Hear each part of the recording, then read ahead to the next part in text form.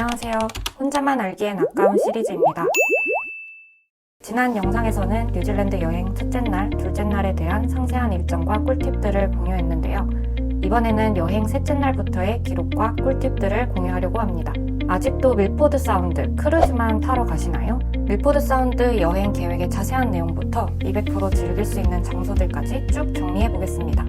먼저 밀포드 사운드가 어떤 곳이냐면 약 1만 년 전 거대한 빙하가 산을 깎아내리며 형성된 U자형 골짜기에 바닷물이 들어와 생긴 특별한 해안 지형을 말합니다. 1200m가 넘는 절벽과 수많은 폭포가 바다로 흘러내리는 장면이 유명하고 돌고래, 물개, 희귀한 새까지 만날 수 있어 전 세계 여행자들의 버킷리스트로 꼽히는 곳입니다. 렌트카로 가는 게 좋을까? 아니면 투어 버스를 이용하는 게 좋을까? 고민하시는 분들이 계실 텐데요. 저라면 렌트카로 갈 수 있는 체력만 있다면 렌트카 여행을 추천드립니다. 이유는 첫 번째, 밀포드 사운드 가는 길에 다양한 명소들을 시간과 장소에 구애받지 않고 더 자유롭게 구경할 수 있기 때문입니다. 투어버스도 밀포드 사운드 가는 길에 인기 명소들을 들렸다 가지만 아무래도 투어 인원과 계획에 맞춰 움직여야겠죠. 둘째, 비용이 좀 더 저렴한 점입니다. 크루즈만 포함된 상품은 클룩에서 인당 90불, 하나 7만원대로 구매 가능한데 퀸스타운에서 픽앤드롭 서비스를 포함한 투어 상품은 인당 160불, 하나 13만원대까지 2배 정도가 됩니다. 저희는 4명이다 보니까 이미 렌트한 차로 움직이는 것이 좀 더 비용을 세이브할 수 있었어요. 그럼 숙소는 어디에 잡는 게 좋을까? 렌트카로 간다면 저희처럼 테아나우의 숙소를 잡아보세요. 밀포드 사운드는 인적이 닿기 어려운 곳에 위치해서 왔던 길로 다시 돌아 나와야 하기 때문에 보통 해가 지기 전에 안전히 운전해서 돌아오기 위해서는 밀포드 사운드에서 2시간 정도 걸리는 테아나우의 숙소를 잡습니다. 타운까지는 쉬지 않고 가야 4시간 정도 걸려서 투어버스를 이용하는 경우엔 켄즈타운 숙소로 복귀도 가능합니다. 몇 시 투어를 잡을지 고민되시나요? 이렇게 계획해보세요. 밀포드 사운드 투어 예약 시각이 1시 30분이라면 밀포드 사운드 퍼블릭 카파크를 최종 장소로 찍고 1시에 주차를 마치는 목표로 이동합니다. 이곳은 유료 주차장으로 1시간당 10불, 투어 시간을 고려하면 평균 3-40불 정도 발생하고 크루즈 이용하러 가기 전에 주차장에 있는 키오스크에서 카드 결제하시면 됩니다. 무료 주차장도 있지만 셔틀버스를 이용할 만큼 크루즈 터미널까지 거리가 좀 있고 무료라서 주차 공간이 없을 수도 있을까봐 유료 주차장을 이용했어요. 그러면 밀포드 사운드 가는 길에 둘러보아야 하는 스팟들을 들리는 시간은 얼마나 잡아야 할지 궁금하시죠?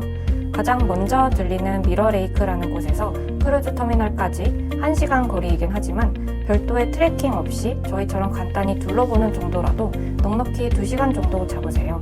1시까지 주차장에 도착하려면 11시에 미러레이크에 도착해야 하고 최대한 8시에서 9시 이른 시간에 테아나우에서 출발해야 관광이 점점 여유로워질 수 있겠죠?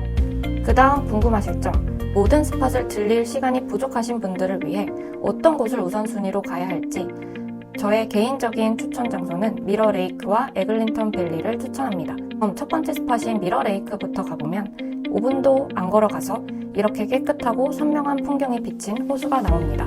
그 다음 바로 에글린턴 밸리에 들릴 수 있는데 아주 드넓은 평야에서 저 멀리 피오르드 지형을 막힘없이 바라볼 수 있는 곳이에요.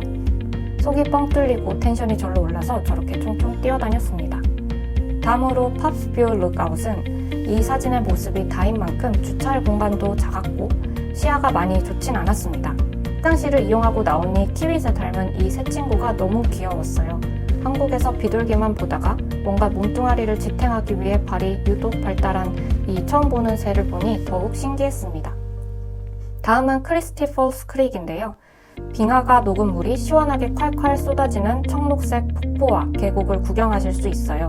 물 색깔이 거의 선녀가 튀어나올 것 같은 곳인데 여유가 있으신 분들은 간단한 트레킹도 즐길 수 있다니 참고하세요.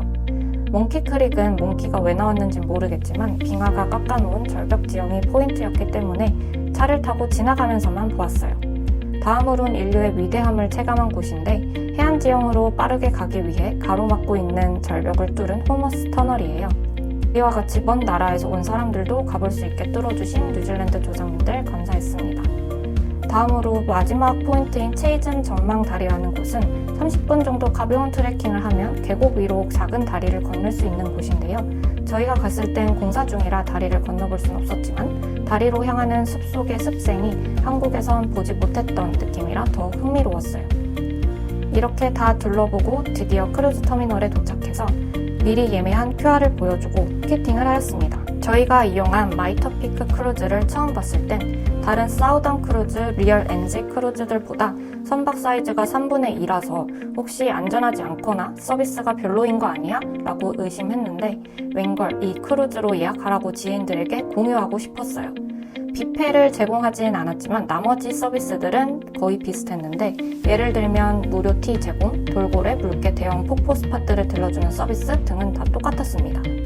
배 사이즈가 작은 선박이라 파도를 이기는 속도를 낼 수 있어서 그랬는지 저희 배만 저 멀리 수평선을 향해 빠른 속도로 가장 멀리 해안 쪽으로 나가더라고요.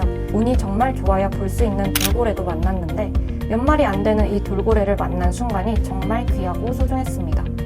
크루즈가 폭포에 한번 가까이 가주는 타임이 있는데 어머님 우비를 빌려서 껴입고 K줌마 셀카를 찍어봤어요. 근데 옆에 있는 서양 친구가 너무 더 시강이었습니다.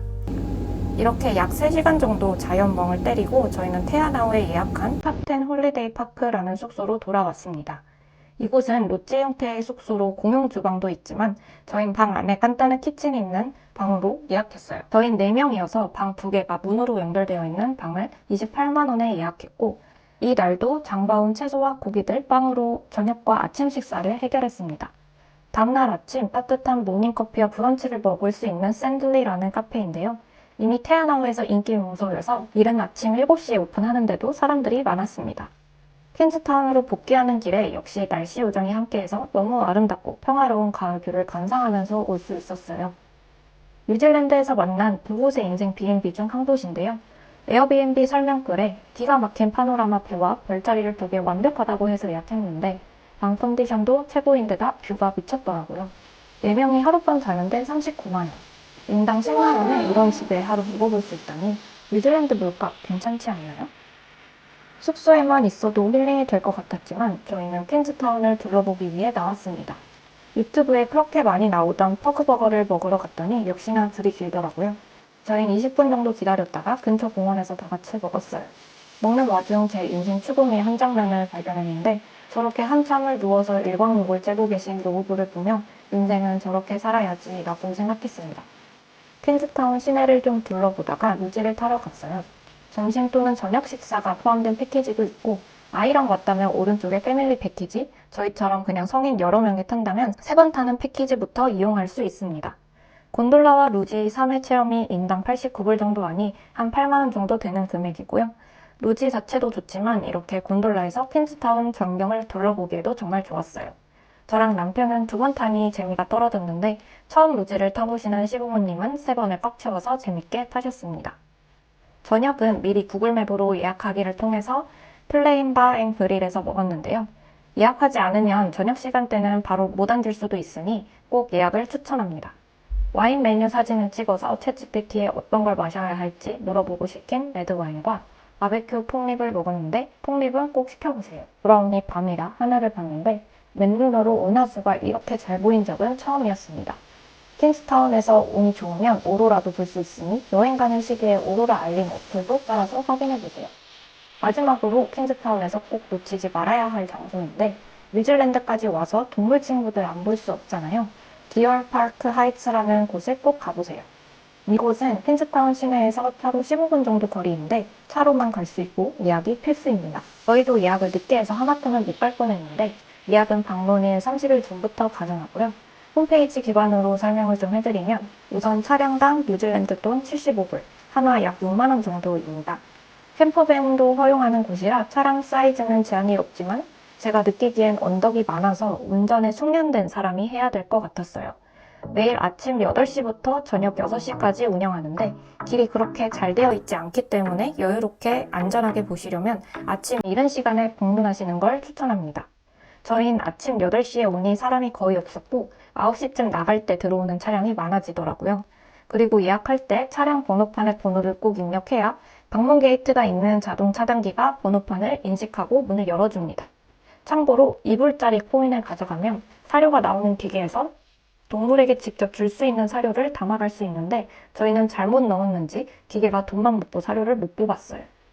이곳을 둘러보는 방법은 핸드폰으로 공식 사이트 맵에 접속해서 번호 순서대로 차를 가지고 중간에 잠깐씩 주차하며 동물들을 구경할 수 있습니다. 아, 진짜 메이플 겨울배판 귀여운 돼지들부터 자유로운 사슴떼들, 히말라야 지역에서나 볼 수 있는 사냥도 있고요. 그리고 저희가 차 운전할 때 길을 비키지 않아서 애먹은 깡패 염소들도 있었어요.